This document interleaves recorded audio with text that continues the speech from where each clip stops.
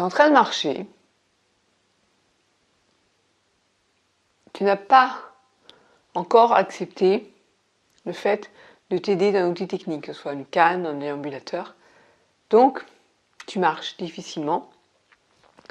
Tu entends une personne te faire une réflexion sur le fait que tu es peut-être saoul, parce que tu marches bizarrement. Comment tu vas réagir? Tu as entendu clairement, la personne te dit, t'as vu, elle est complètement... T'as vu cette personne, quelle honte quand même, elle amène ses enfants à l'école, elle n'est même pas sobre. Comment tu réagis? Tu dis rien, tu encaisses. Et puis un jour, à force d'encaisser, tu dis je vais réagir. Qu'est-ce que tu fais? Alors, deux possibilités. Tu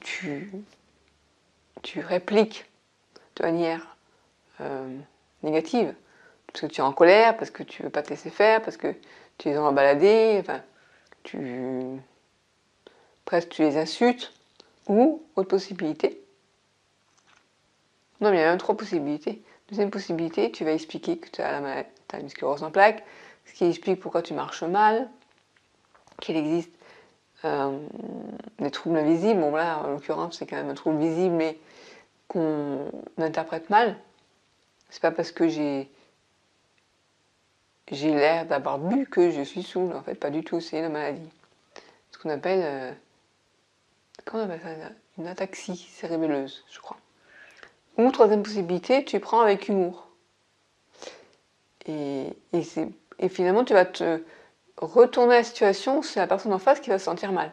Parce que quand elle va réaliser qu'en fait de compte, tu es malade et que c'est elle qui a mal interprété ce qu'elle a vu. Finalement, c'est elle qui doit se sentir honteuse. Parce que elle t'a traité de saoul alors que tu es une personne handicapée. Tu vois. Après, tu peux aussi avoir un t-shirt où il y a remarqué... ce que j'avais trouvé comme idée, c'était... j'ai l'air saoul, mais non, j'ai la sclérose en plaques. Attention, cette maladie est contagieuse. Tu vois, un truc comme ça pour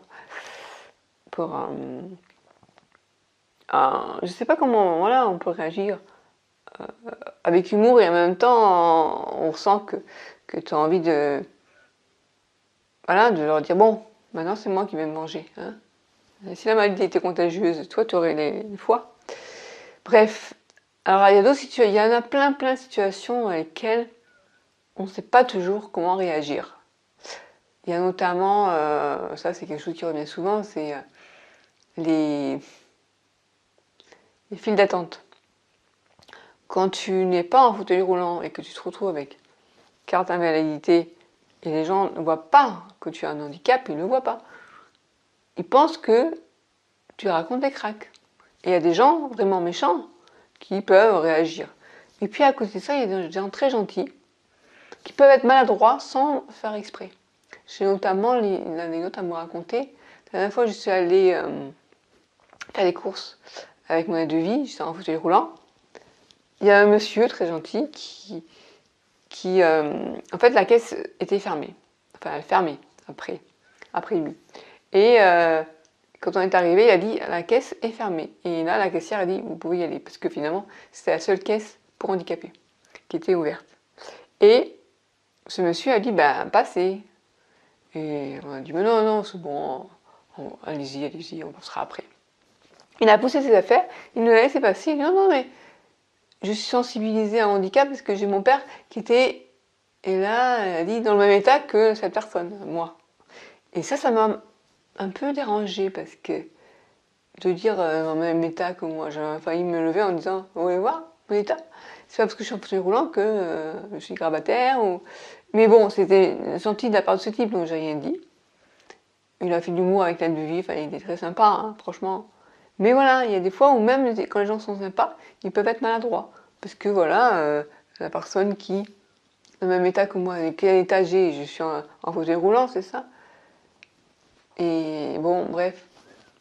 Pendant des années, j'ai dû me battre pour dire que j'avais besoin qu'on me laisse passer parce que j'avais du mal à rester debout. Puis maintenant que je suis assise sur mon fauteuil roulant, tout le monde me laisser passer. Je dis, c'est bon, j'ai le temps.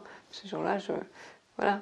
Mais il y a des fois où, oui, j'ai déjà eu une autre anecdote où c'était à l'époque où j'avais pas encore ma carte d'invalidité et je marchais très très mal.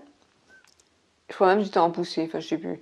Et à un moment donné, il y a une caisse qui se libère et moi je me précipite pour y aller. Et à ce moment-là, il y a un monsieur qui fait, vous avez pas honte, vous avez dit qu'il y a déjà de laisser passer le monsieur qui est vieux. Et là, je lui ai essayé de lui expliquer tant bien que mal que j'étais handicapée, ça ne se voyait pas, que je n'avais pas encore la carte, mais que il n'a rien dit. Mais bon, sur le coup, tu te sens mal. Tu te sens mal. C'est comme si tu faisais du forcing, que c'était. C'est pas toujours évident. Et même présenter la carte, c'est pas à la personne qui est devant toi qu'il faut que tu justifies. C'est à la caissière. Tu vas à la caissière, à la caisse, et tu le montres et elle te laisse passer. Et c'est pas la personne d'en face. Une fois, j'avais été voir. Excusez-moi. Ah, mais attendez, oh, je ne veux pas pour longtemps. J'ai pas grand chose et tout. Et là, tu dis, mais c'est quand même mon droit et tu sais pas comment la personne va réagir en face. Donc au final, c'est pas du tout. T'as pas à parler avec la personne qui est en face, c'est la caissière. De te laisser passer. Voilà. Bon, bref. Et donc, il y a des fois où c'est pas facile. Donc, tout ça, on en parlera, on fera des vidéos, où je vous mettrai la contribution parce que là, je vous mâche un peu de travail, je vous dis tout. Mais, allez, un petit exercice, qu'est-ce que je pourrais faire voilà. Tu te retrouves, tu vas au cinéma. Et devant toi, il y a une foule incroyable. Qu'est-ce que tu fais? Tu sors ta carte d'invalidité parce que tu te dis là, je ne peux pas attendre. En plus, peut-être que tu n'as pas fait fauteuil roulant, tu es avec une canne ou un déambulateur. Non, encore mieux. Tu n'as pas encore ta canne ni le déambulateur, ton handicap ne se voit pas. Et tu n'as pas encore ta carte. Imagine le truc, tu vas faire quoi? Tu vas soit renoncer à aller au cinéma, soit faire la queue comme tout le monde, soit aller voir la caissière et dire bon, je sais pas, enfin si, à la limite, allez, t'as un petit neurologue qui dit t'as une sclérose en plaques, c'est ce que j'avais moi, en attente de la carte validité. Tu vas faire quoi?